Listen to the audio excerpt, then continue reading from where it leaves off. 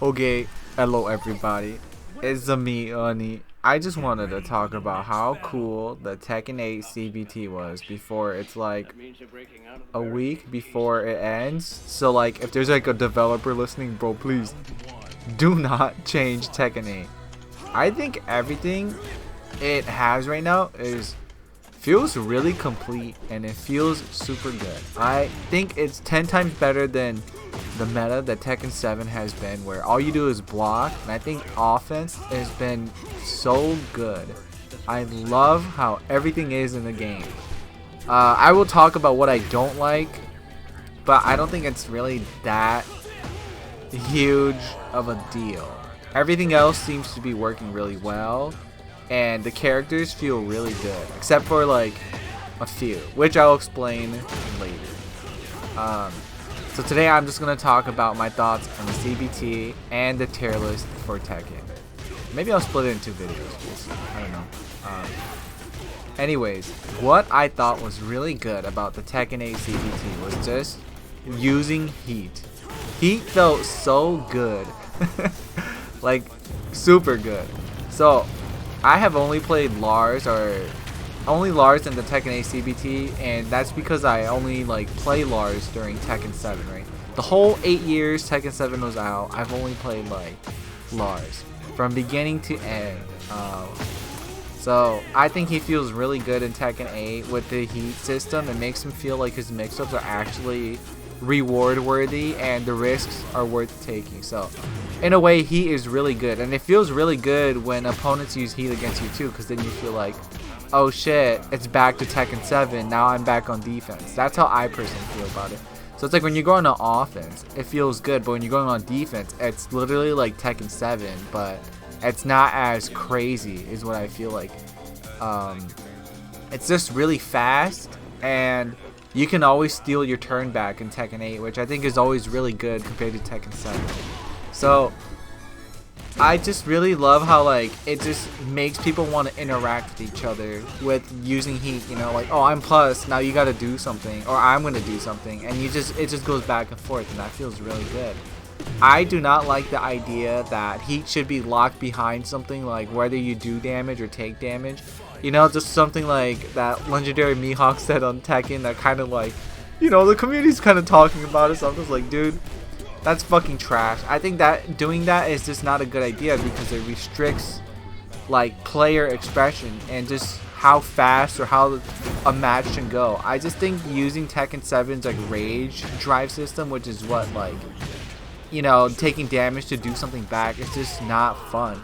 It's like we've spent like 7 or 8 years dealing with that shit, and with some characters not being able to use heat, like Lars, if Lars didn't have heat, I think in a way it kind of blocks his offense, even though I think he's in a really good place on the tier list, for me especially. So I think that it's like some characters, they just feel so much better with heat, and it just lets them do more things, and just to hide that behind like taking damage or receiving damage just doesn't seem really cool to have someone express themselves too with that character.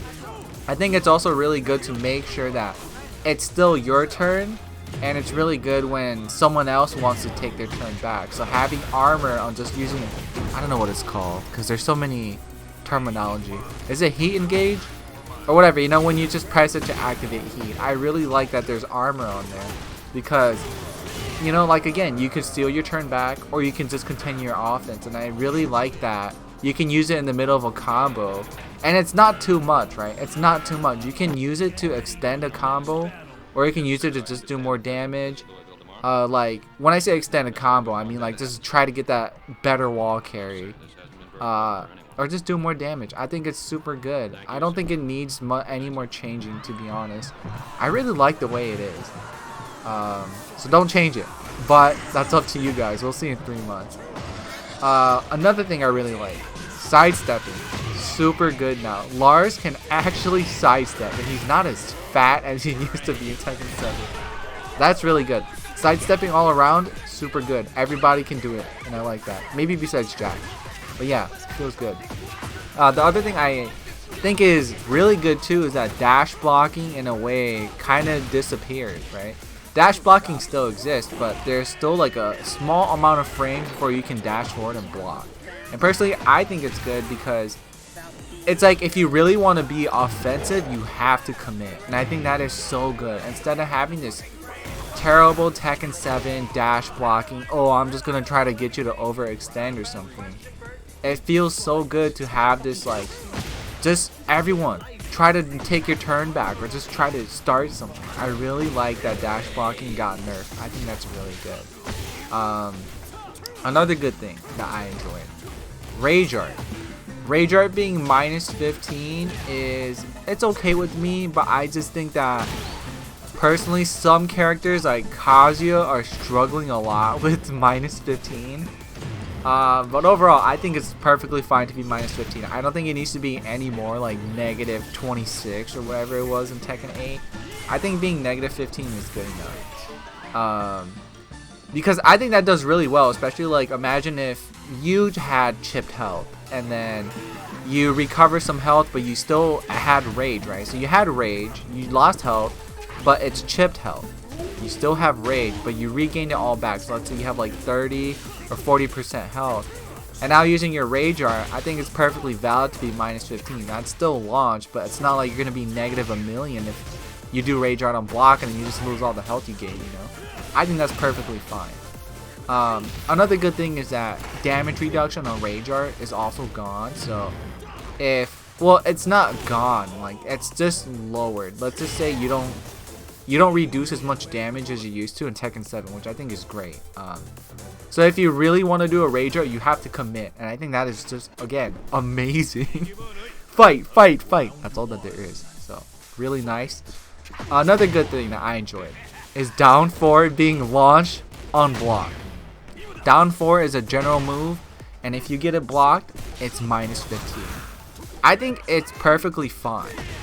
It should not be minus 13 in my opinion. I mean, if it is, I think that's fine, but it's like now all these fucking, you know, copious players who don't play Lars know what it's like to play Lars. Using down back 4 to try to steal back your turn or just stop momentum, and if it's blocked, you get launched. Perfectly fine. I've dealt with that shit all my 8 years with Lars, you know, perfectly okay. I think it's just really good because down 4 is only like really a move that you use to like stop offense, right? I mean, you could use it to like just, you know, poke some lows, but I think it's mainly used to stop momentum on the other person's side. Same thing for like duck jab, right? So if you get a block, I think it's really good. It's like, oh, I read that you were gonna hit me and try to stop my momentum, so I can launch you for that. I think that's perfectly valid, you know? Again, more interaction instead of playing like defensive Tekken 7. It's really good. And this all leads to a good pacing of the match. It's just, everything is just so fast. Like, go kill each other. Go try to win. And I think the pacing of the match has just felt just so like refreshing compared to Tekken 7. Of it just being super defensive. Like, oh, I'm just going to try to sidestep or make you whiff. It's just so boring in Tekken 7 that this, I love the pacing. It's just, you can try to beat someone as fast as they can, you know what I mean? And it's just like, hey, use everything you have. You have so much tools around you. Use it to try to counter if someone is being too offensive, you know? I like that. Another good thing is the sound design. Everything seems so powerful. Even down to the basic jab. It's like bone crushing. It's like a machine gun. It's just so good. The music tracks, soundtracks, also really good. And the little touch of like the timer counting down when you're like the last 10 seconds. It like really increases the pressure, you know, compared to like Tekken 7 where it's like just mute. It's just like the tiny little touches like that are just so cool. Again, it's like the timer ticking off just says like, go off, dude. Go kill this other person before the time runs out. It's just really good. Now some other game mechanics that I forgot to talk about is armor moves. Armor moves, I feel like, were pretty much useless in Tekken 7. Unless you had like a good one like Backlash or like, what's another good armor move? I don't know, some armored launcher. Like, I can't think of it at the top of my head. But yeah, that is really good. Armored moves I feel like it's finally good to just throw out, and if you have a read to stop someone's momentum, it just feels so good. You know, sacrifice a bit of health, but you do more damage or chip damage. It's just so good now, you know. So I enjoyed it. I threw it a lot during the beta, and it just felt really nice. I also think the low parry change where after you low parry you can't screw anymore. I think in a way it's okay. I don't know if it's like really that good or bad. I feel like I didn't really low parry that much in the beta. I just felt more like since I was being attacked, I would rather block. But when it comes down to low parry, I feel like it's just okay. I think it's good to just try to steal momentum back, and you don't need to use it to do damage. So it's perfectly valid in my book. You know, if you really, really want to kill them, you have to use heat, and I think that's perfectly fine too. That's all I could say. I would say low parry, it feels fine. I don't really think it's a huge deal. The last thing that I would say that I really enjoyed was like whenever you clashed moves with someone, there's like this spark effect or like this line of sparks that would show you like what direction that you were doing something, like a jab with a down forward 2, which would be like, you know, 2 lines intersecting. Really cool. Yeah. Oh yeah, the last thing. I'm reading off notes, sorry. So it's kind of all jittered. My bad. Another thing is get up kicks not being launched is perfectly fine too. Like if you block a get up kick and it's like -9, I think it's fine. It's like, oh yeah, I knew you were trying to get your momentum back, but I blocked it. Yeah, I don't think you need to be punished for it and then take more damage, because I feel like get up kicks are only if you're losing, right? Or you know, you're in like a bad position. Yeah, I don't think you should be punished for that. If they knew that that was coming, a low parry should be made, you know? It's like that. Just little things like that make so much more sense, because in Tekken 7, if you were like getting pressured really bad, someone's playing like, you know, defensive Tekken, and then they had offense, and you had to try to regain that back, I think getting low parried and then just taking so much damage is just terrible. So I think this is such a good change, you know? It's just like if you want to take your turn back, and you have to use other means, and I think that's perfectly cool. It's really, really cool. Alright, now the bad things. I don't think there's that many bad things. So the one thing that I don't understand is how the hell do you activate a running tackle or like armor charge? You know, like when you charge and you armored, I don't know how to activate that. There are so many times where I would run from across the stage to the other person, and then I would just stop as soon as I was close to them. I think if there was like some kind of explanation or some kind of buttons we had to press, that would make sense. But that's the thing I just don't understand. I think it's fine that there's no more armored charge, but I did it like 2 times and I was like, how did I do that? I don't know. It's kind of weird. I think just some clarification on that would be nice, like in the command list. That was it. Other bad things that I would say is that some arms are just really hard to see when someone activate heat, or if they just have glowing arms like Jack, and someone like Raven. Like if they're activating shadow clones and then they're gonna grab you, that is like almost unseeable in my book. It's like heat is already making it kind of like hard because it's like constantly moving, and then seeing them grab you is just so much harder. I struggled with a lot of throw breaking. Like half the time I would not be able to break like Raven's throws or Jack's throws because there's heat. But it's like if it was someone else like Azucena that didn't have heat on, I was like, oh yeah, that's easy, I could break that. Or like Asuka, I was like, oh yeah, I could do that, you know? It's like, it's just some people like Raven and Jack who have like glowing arms, or like, you know, just in general if heat is activated and there's shadow clones, it's kind of hard to see. That was really the only issue I was having. Another thing that I heard was that I didn't experience this in CBT at all, because I didn't run into enough Asukas or John's parrying. So I did run into a lot of John's, but they didn't parry that much. I heard that it's no longer chickenable, but I think that that is just kind of a bad idea, because parries are, I think it's gonna be too strong for John and Asuka, because they get too much Oki, and it's like guaranteed Oki, right? They can do like forward 2 after a parry. I think it should be chickenable, because that's kind of like like a check, you know, like, oh, I read that, let me just do like a bit of damage and continue my momentum, you know, instead of just taking it if you're still having offense and you can't counter that, you know. It's almost like I read that you're gonna do that, so let me just take my damage and continue my offense instead of being unable to do anything, you know. I think it's just kind of a bad idea. Now the other thing that I also really enjoyed was counter hit throws. Counter hit throws are the new Magic 4. I really enjoy that they don't really super kill you unless you're like King or Jack, who has like high damaging throws. Counter hit throws are really nice. I enjoy them. The only thing I don't like is that there's throw punish. Throw punish to me just seems like a bad idea in the long run. Like Law can just do a launching throw, right? I don't know. I just don't like that. I just don't like it. You know, like I play Lars, right? Someone does a hop kick near the wall, like probably like four, you know, like I don't know what the distance is, like, but like a distance of 4 away from the wall.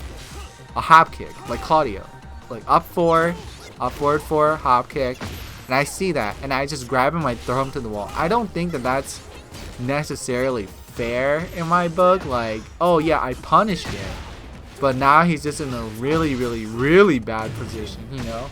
And if he was closer to the wall, Lars could do like 45 damage with this command throw. I just don't think that that's a good idea in the long run. But counter hit throws is kind of like a check, you know. Like, hey, I had plus frames. You're gonna press. Let me counter hit throw you. I think that's perfectly valid. But throw punishing to me just seems like a bad idea, because I'm pretty sure there will be someone who has like a wall splatting throw, and you know, some people do have 10 frames or 12 frames of wall splat, but I don't know, when it comes to like launching throws, I just think that's just so bad. Like, that just does not seem fair. But yeah, other things, I think some characters do need a little bit more tuning before they're released, like Azucena, Raven, Jin, Kazuya needs some tuning as well. But yeah. Now back to other things now. Now this is kind of like no more battling, right? Now that's like just the battle system. I'm no longer going to talk about the battle system other than connection, which not really battle system, but you know, just connecting, right? Like online battling. So I never played the CNT, but what I felt was using a PC to fight console felt way worse than PC to PC. And then of course I understand there's like different specs on your PC, and then the PS5 and the Xbox is like a stable, you know, stable spec. To me, it just didn't feel like it was really worth fighting console players. Like, even if it was a 5-bar, there are still like a few frames of rollback. Like, it's definitely doable, but it's not like super clean as if I was fighting a PC player. I don't know if there's any way to fix that, but if there is, that would be amazing. Yeah. There were many times where I would fight a console player and then the connection would just drop like humongously and then go back up. And that was only towards like Xbox or PS5 players, and I just thought that was really unusual. So also talking about connection, I thought that Battle Lounge, fighting in the Battle Lounge, was just so trash. Like, in a group rank match, right? Not a group match, like just a group battle, right? When you're sitting on the arcade machines to battle people, for some reason, it's just when I do that, the majority of the connections there are just super bad, and I don't know why. Compared to doing ranked or just quick match, the connections seem fine there, but when doing a group battle, it's just really bad. I don't know what the issue is, but yeah, if you guys can, like, you know, fix that, that'd be nice. And Battle Lounge, just going in the Battle Lounge in general, there is too much frame rate dipping. I don't know what's going on there. I changed it to like, I changed the graphic settings lower, but there's still like frame rate dips. I think it's a connection thing. But yeah. And the last thing that I would change to the Battle Lounge is, please just let us walk up to someone and battle them instead of having to go to a machine to do it. Do it more like Pokemon, where it's like, I challenge you to a battle, and then you guys can start a battle there. I think, again, it kind of goes with the Tekken 8 thing, where it just go interact and go fight people. It feels really good, because then next thing you know, it could be like a group battle, you know, like a b-boy dance battle where everyone's circling and there's like 2 people in the middle. I think that would be really cool to see, instead of seeing people do it around like arcade machines, you know. Because if you could rank battle or just quick match battle anywhere in the battle lounge, why can't we just challenge whoever's in the battle lounge like right then and there, instead of what like, hey, let's go to this arcade machine and battle each other, you know. I just think it's kind of like a missed opportunity. But I think that's all that I have to say about the Tekken 8 CBT. I think I'm just gonna make another video for the tier list because this is already 20 minutes. Anyways, those are my thoughts on the Tekken 8 CBT. It's really good. It feels like a complete product.